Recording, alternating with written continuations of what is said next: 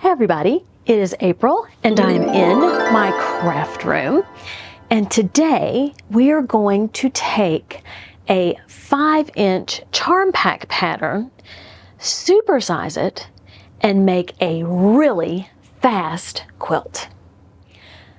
If you've spent any time with me at all, you know that I love my pre-cuts. And sometimes they aren't necessarily economically feasible or smart. So I try to find them on sale. And I also like to find patterns where I can use them. This pattern is from the Fat Quarter Shop and it is free. It is called a Charm Pack Cherry Quilt. Let me show you. And like I said, it calls for charm pack squares. Well, I'm looking for something that I can finish really fast. So I thought, I like the pattern, but instead of using charm packs, let's use 10-inch squares. Now, it calls for half print and half solid charm pack squares. I'm going to be using half print and half solid 10-inch squares. Now, I do have the 10-inch squares, and this is a layer cake that I've been wanting to use. I don't, however, have the printed squares. So I'm just going to cut 10-inch squares from my yardage. You don't have to have pre-cuts at all in order to make this pattern. You just need to cut out 10-inch squares of your fabric that you already have. Now, I did a little math. I'm not sure how well I did my math. I figured out that I could do it in 30 10-inch squares. Nope. Ooh, I have to cut more squares. I have a little troublemaker up here. She's whining, so if she's up here, she doesn't whine. I decided to do 2 9 patches across and 3 9 patches down. So that's 60 by 90.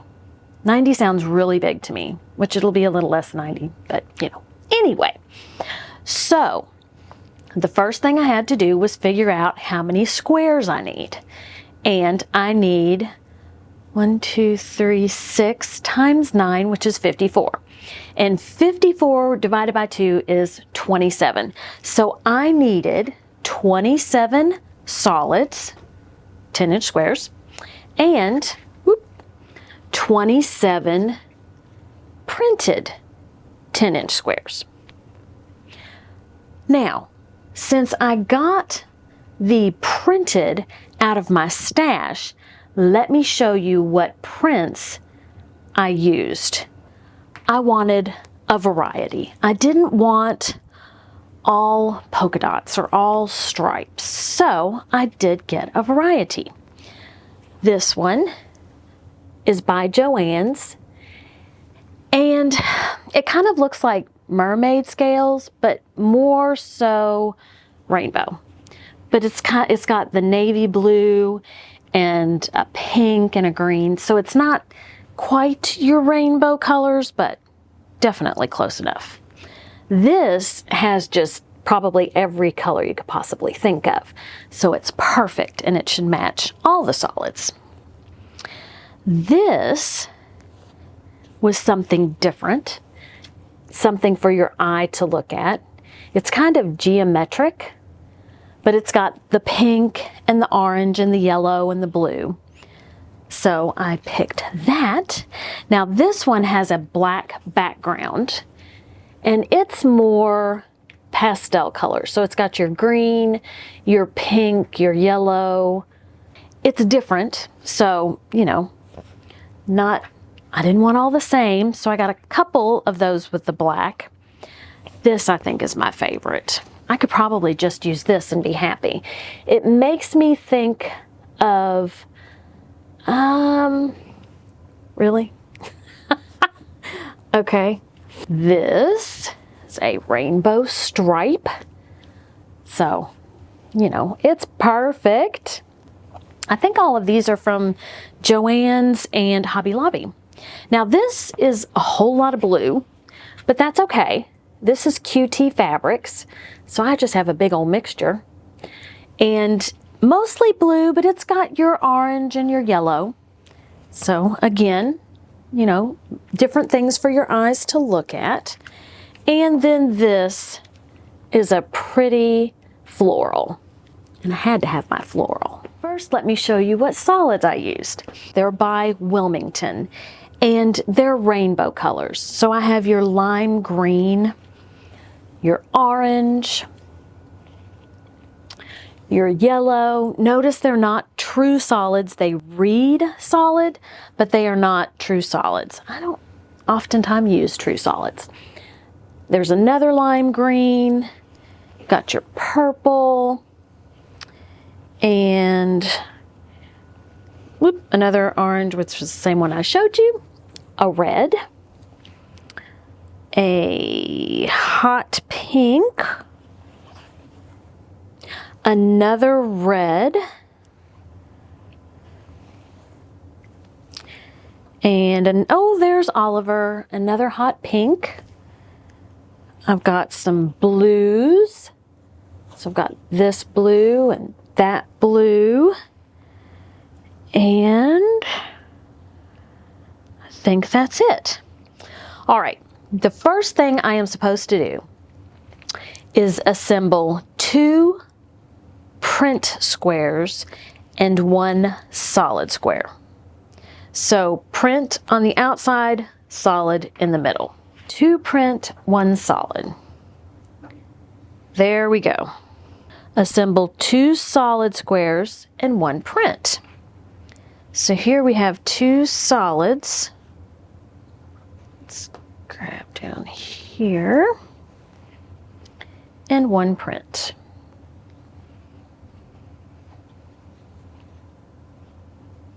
Okay. And then, so this is going to be my middle row. And then my bottom row is going to be 2 prints. I'm kind of trying to mix them up while I'm here. 2 prints and a solid. Okay, so it's just saying put these together and make a 9 patch. So I guess that means I need 3 of the 9 patches where the print is the focal point.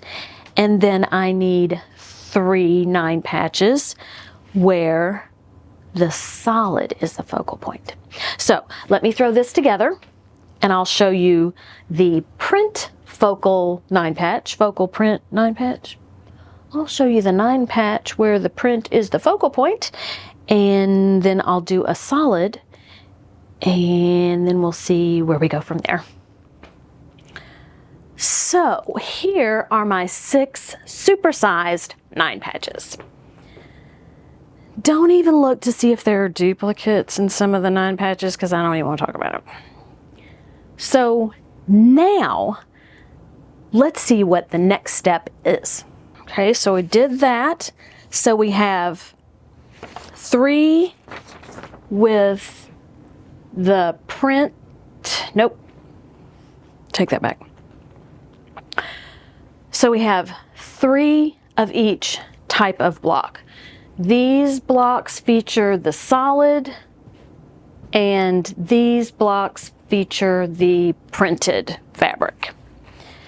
Now, cut each 9 patch block in half following the diagram. So let's go to the cutting table. So this is a really big block, and I think I'm going to cut it by folding it so that it's not so much. All right, and in half is going to be half of this block, which should be, let's see, if it's 10 inches minus a half, 9.5, so 4 3/4 and 4 3/4 is 9.5. So I need to measure 4 3/4, and that handle oftentimes makes that a little challenging. So here's 4.5. So here is 4 3/4.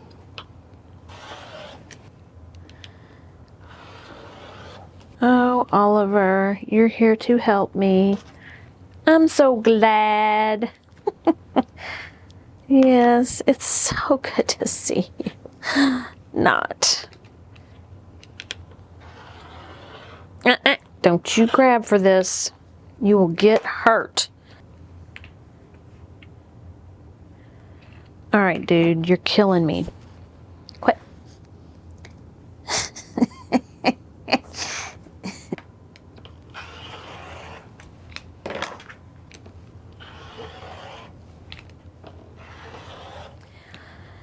With Oliver's help, I have a stack of prints and a stack of solids. Now, the next step is to assemble one print half block and one solid half block. Here's a solid half block, and here is a print half block. I am supposed to do the print half block and the solid half block. Like this. Let me go sew these two together, because I am easily confused. So here is my first block. So let me put this on the wall. This is the other half of the solid block that I used. This is the other half of the print block that I used. So for this, I'm putting the halves on the outside of the block, and I'm connecting them here. And here is the other block, where the half pieces that were in the middle are now on the outside. These two halves on this side were a whole solid.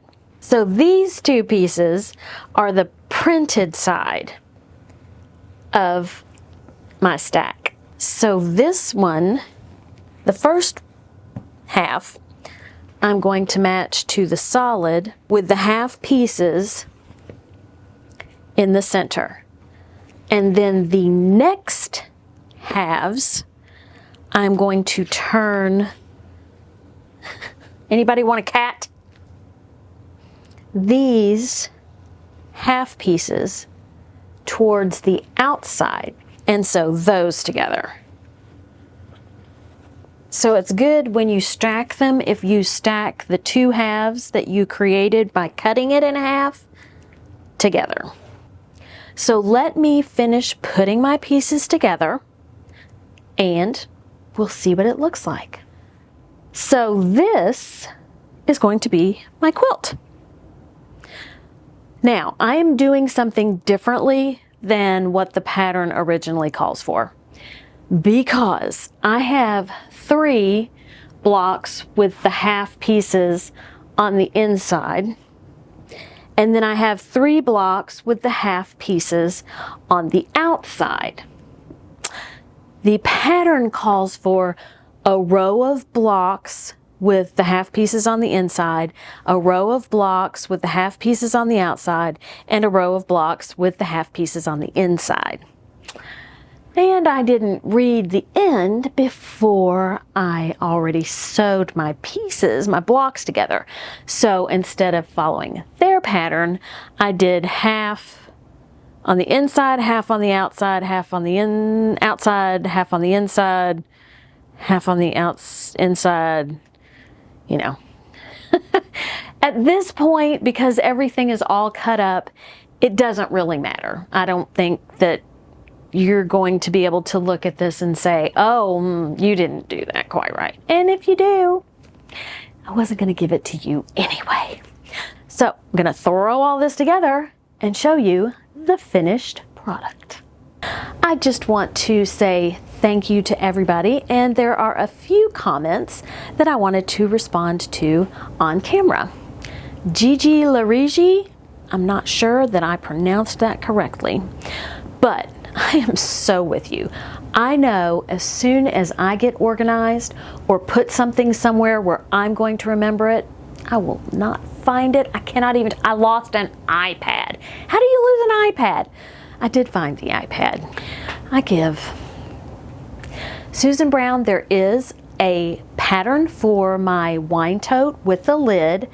I am going to put a link to that pattern in the description below. I think it's probably a link in the original video that I did, but I will add it to the video where I went over the 5 gifts.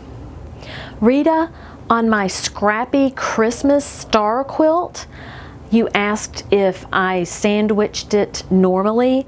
I haven't actually quilted it yet, but to your point, I think it's going to be a little bulky, but I think sandwiching it with regular batting and a cotton backing should be okay. Thank you for asking. On the video where I was dancing to Fancy Like Christmas and I didn't smile at all, I did not realize until I looked at the video that I hadn't smiled, and I was having fun. I swear I was having fun, but I was so focused on trying to get those dance moves like they did in the original video that, you know, I looked like so it was a lot of fun. Next time I do a dance, I promise I'm going to smile. I would have redone it, but there was no way I was going to do that over again because I would, no. Okay, let me go sew these back together and I'll show you the final quilt.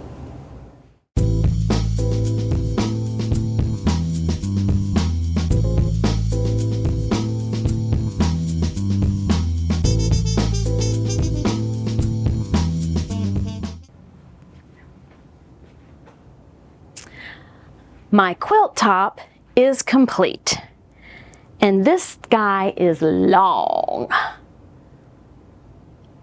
So, that was fun. This is something that you could throw together in a day.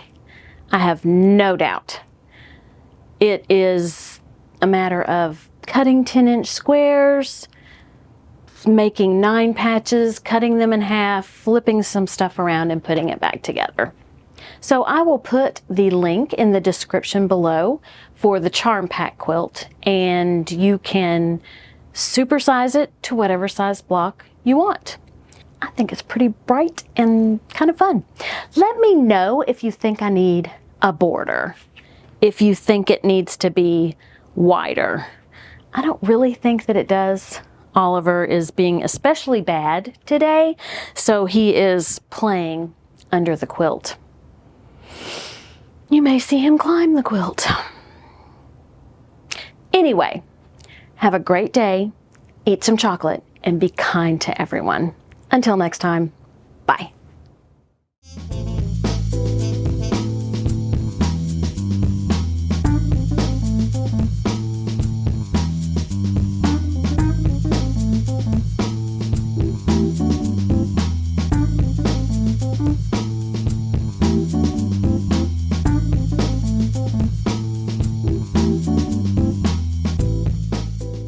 No, it's not. I mean, blah, blah, blah, blah.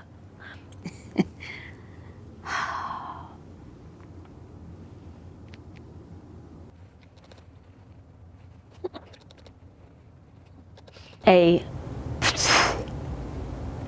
You say hi? Do you get kisses? Okay. That's my whiny girl.